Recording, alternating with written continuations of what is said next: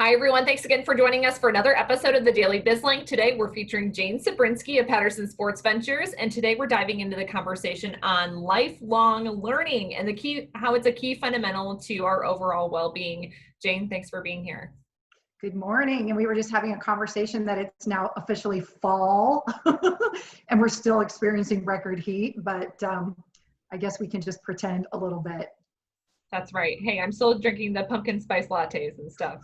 And I bought pumpkin bread mix yesterday at Trader Joe's. It's my favorite thing to launch into fall. So I'm super excited to do that this weekend. That would be a 10 moment for me. So give me a 10 moment for you. My 10 moment, there's been quite a few of them this week, but we are about 1 week away from our big merger with this California law firm, which I am so excited about. Glad to see that we're finishing strong. But I've been so proud of how my team has come together. We've had some obstacles, don't get me wrong, but the way that we've persevered and overcome some of that, I'm just super proud and really excited about, the next week. So that's definitely been my 10 moment. Victory dance. That's awesome. Congratulations. And I also want to remind all of our, viewers that it's not just finding one 10 moment. We want to create a collection of 10 moments so that we're striving for that 10 life that we always are talking about. I wanted to introduce lifelong learning as a fundamental to well-being because number one, I think based on what my experiences have been, a lot of times when we talk about well-being, we focus on physical and we focus on like nutrition.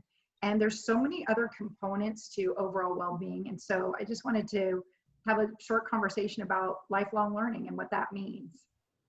Yeah, no, I think this one really hits home. Even from a mental standpoint, mental health has really popped up, especially during, COVID and as people have had more time, alone time during the last couple of months. So as we're talking about lifelong learning as it relates to overall well-being, where should we even get started? What should we be thinking about?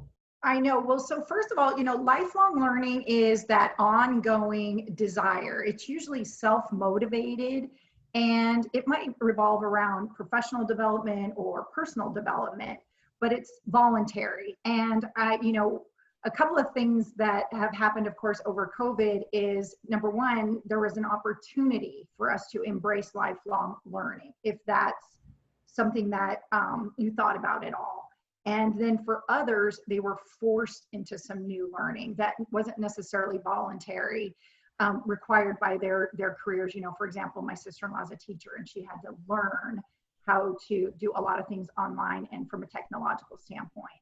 And because that wasn't necessarily her choice, I think it can create some burnout factor because it's not the type of learning she naturally chose for herself.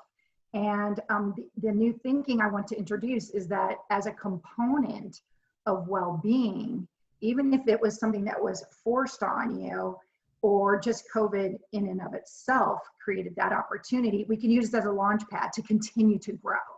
Because you hit on some of the key benefits of lifelong learning, right? Just a second ago, which is, mental health. It's good for the brain. It helps develop the brain. It helps to keep our mind sharper. It also has, it can enhance our understanding of the world, social inclusion, but it also creates some self-sustainability, whether you're developing new skills that you might want to take into a different career or you're enhancing skills in an existing career, but also it has the ability to make you happy because hopefully you're engaging in something that brings you joy.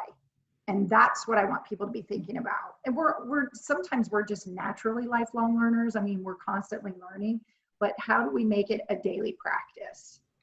I think for a lot of individuals, we tend to think, unless it's broke, why fix it? So why even invest all of this time and energy into lifelong learning? However, something we've talked about in the past is being competitively great. If we want to become the best version of ourselves, it's something that we have to continue to work towards because, it's easy for us to fall off track. And if these outside forces, there's stress, there's the holidays coming up, with that, we have to keep our personal health and well-being top of mind in order to show up as the best version of ourselves. So lifelong learning, I know for me, has been one component. Obviously I run an organization about, professional training and development. So I'm all about that. It's definitely a 10 moment for me.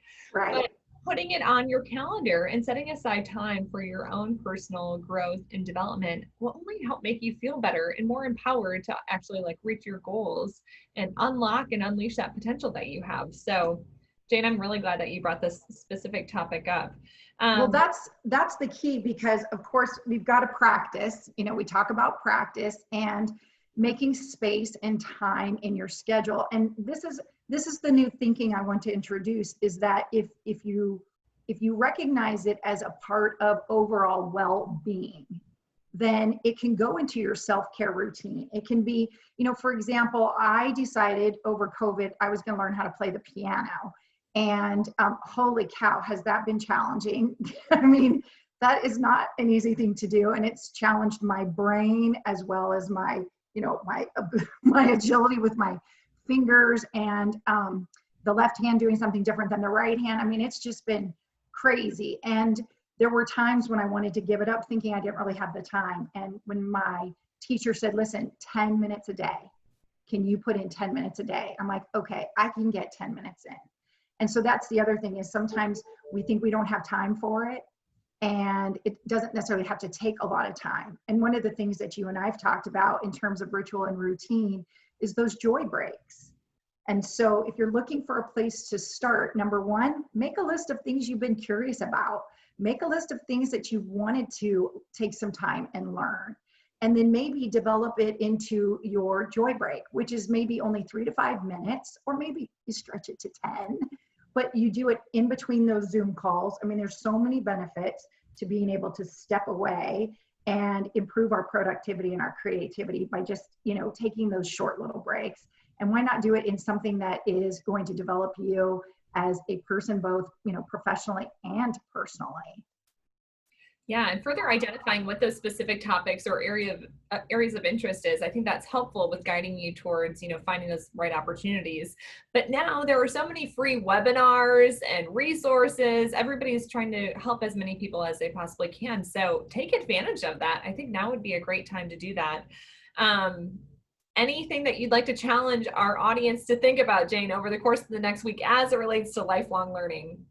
Yeah, you know, first of all, some people have been in that space of learning and they are resisting it because it's like, I didn't ask for this, you know, so we fight it. So if we see it as an opportunity to, you know, it's part of that growth mindset.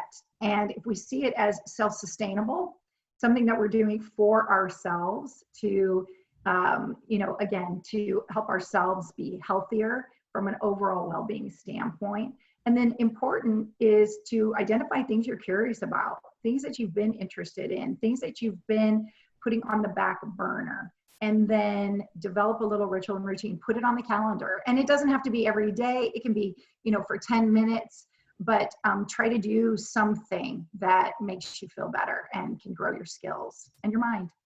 And something else that I'll add and throw in there for people to start thinking about is creating your personal business plan for 2021. We're already in Q4 of the year. We're starting to think about where we are, lessons learned from the year, but then also the year ahead.